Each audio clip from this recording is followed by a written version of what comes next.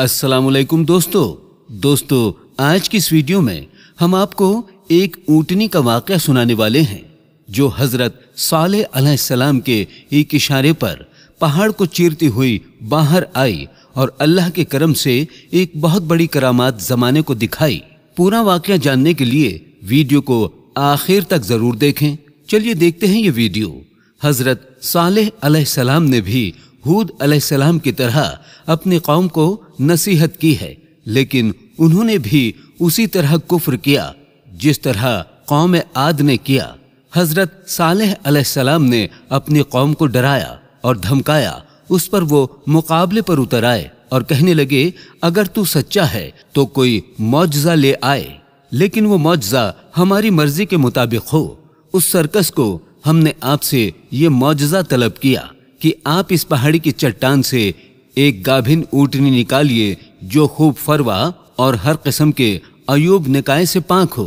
चुनाचे आपने चट्टान की तरफ इशारा फरमाया तो वो फौरन फट गई और उसमें से एक निहायत ही खूबसूरत और तंदुरुस्त बुलंद कामत ऊँटनी निकल पड़ी जो गाभिन थी, और निकलकर उसने एक बच्चा भी जना और ये अपने बच्चे के साथ मैदानों में चरती फिरती रही।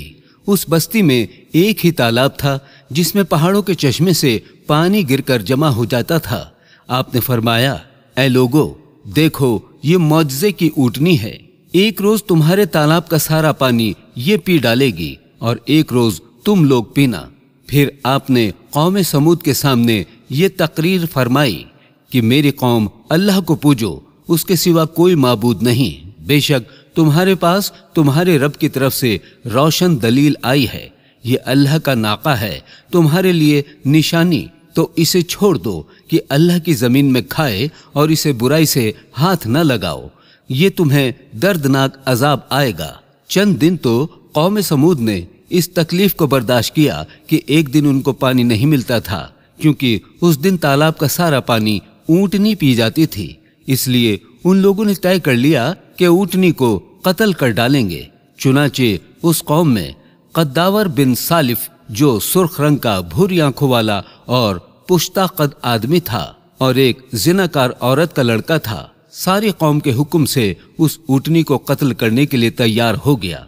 हजरत सालेह अलैहिस्सलाम मना ही करते रहे, लेकिन कद्दार बिन सालिफ ने पहले तो ऊँटनी के चारों पांव काट डाले, फिर उसको ज़िबह कर दिया और इंतहाई सरकशी के साथ हजरत सालेह अलैहिस्सलाम से बेअदबाना गुफ्तगू करने लगा।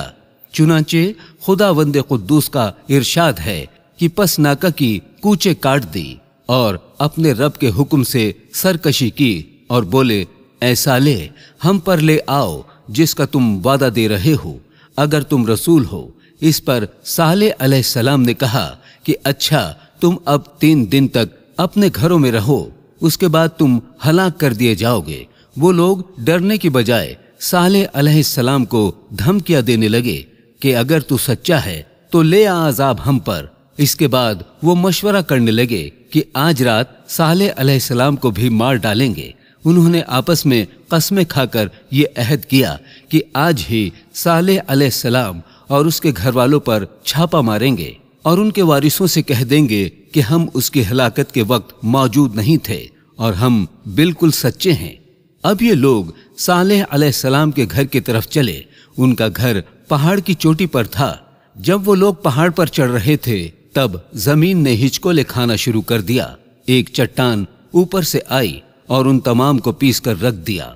उन 9 लोगों की हलाकत के साथ ही अल्लाह के अजाब की शुरुआत हो चुकी थी। चुनांचे सालेह अलैहिस्सलाम ने अपने साथियों समेत उस बस्ती को छोड़ दिया।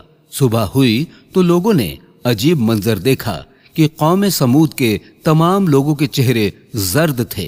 वो सब रोने लगे क्योंकि अजाब के आसार नमूदार हो चुके थे। दूसरे दिन तमाम के चेहरे सुर्ख और तीसरे दिन सियाह हो चुके थे। ये मंजर देखकर सब चीखो पुकार करने लगे और अपनी कब्रें खोदने लगे। अब उन्हें यकीन था कि अजाब का वादा बरहक था। अल्लाह ताला ने बाकी कौमों की तरह उन्हें एक किस्म का अजाब नहीं दिया था। जैसे कौम नूह को तूफान के जरिए हलाक किया गया, कौम आद को हवा के जरिए, लेकिन कौम समूद को اللہ نے طرح طرح کے عذاب سے دوچار کیا، اس لیے کہ انہوں نے اپنی مطلوبہ شرط پوری ہونے کے باوجود ایمان قبول نہیں کیا تھا۔ عذاب کی ابتدا زلزلے سے ہوئی، جس کی وجہ سے وہ لوگ اپنے گھروں میں اوندھے کے اوندھے پڑے رہ گئے۔ پھر آسمان سے زوردار کڑک کی آواز آئی جس نے ان کے بھیجے پھاڑ کر رکھ دیے۔ ایک ہی لمحے میں ایک ساتھ سب ڈھیر ہو گئے۔ ان کی حالت اللہ اور قوم سمود کے حال میں نشانی ہے۔ جب ان سے کہا گیا کہ ایک وقت تک فائدہ اٹھا لو تو انہوں نے اپنے پروردگار کے حکم سے سرکشی کی تو ان کو کڑک نے آ پکڑا اور وہ دیکھ رہے تھے۔ پھر وہ نہ تو اٹھنے کی طاقت رکھتے تھے اور نہ مقابلہ ہی کر سکتے تھے۔ اس قوم کے آثار آج تک باقی ہیں۔ مدینہ منورہ کے شمال مغرب میں ان کے گھر موجود ہیں۔ اب یہ علاقہ مدائن صالح کے نام سے مشہور ہے۔ سورۃ نمل میں تو یہ ان کے گھر ہیں جو ان کے ظلم کے سبب ویران پڑے ہیں۔ بے شک اس میں دانش مندوں کے لیے عبرت ہے۔ اللہ نے ان کے گھروں کو نشانی کے طور پر باقی رکھا تاکہ آنے والوں کے دلوں میں کسی قسم کا شک نہ رہے۔ ہجرت کے وقت صالح علیہ السلام نے فرمایا کہ میں نے تم لوگوں کی خیر خواہی چاہی، لیکن تم لوگ خیر خواہوں کو پسند نہیں کرتے تھے۔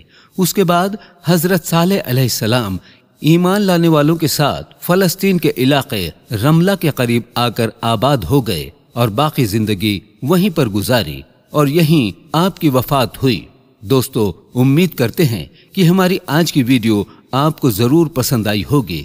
پسندیدگی کا بہترین اظہار یہ ہے کہ ویڈیو کو لائک کریں، شیئر کریں اور اپنے دوستوں کے ساتھ بھی شیئر کر دیں۔ جزاک اللہ خیر۔ السلام علیکم۔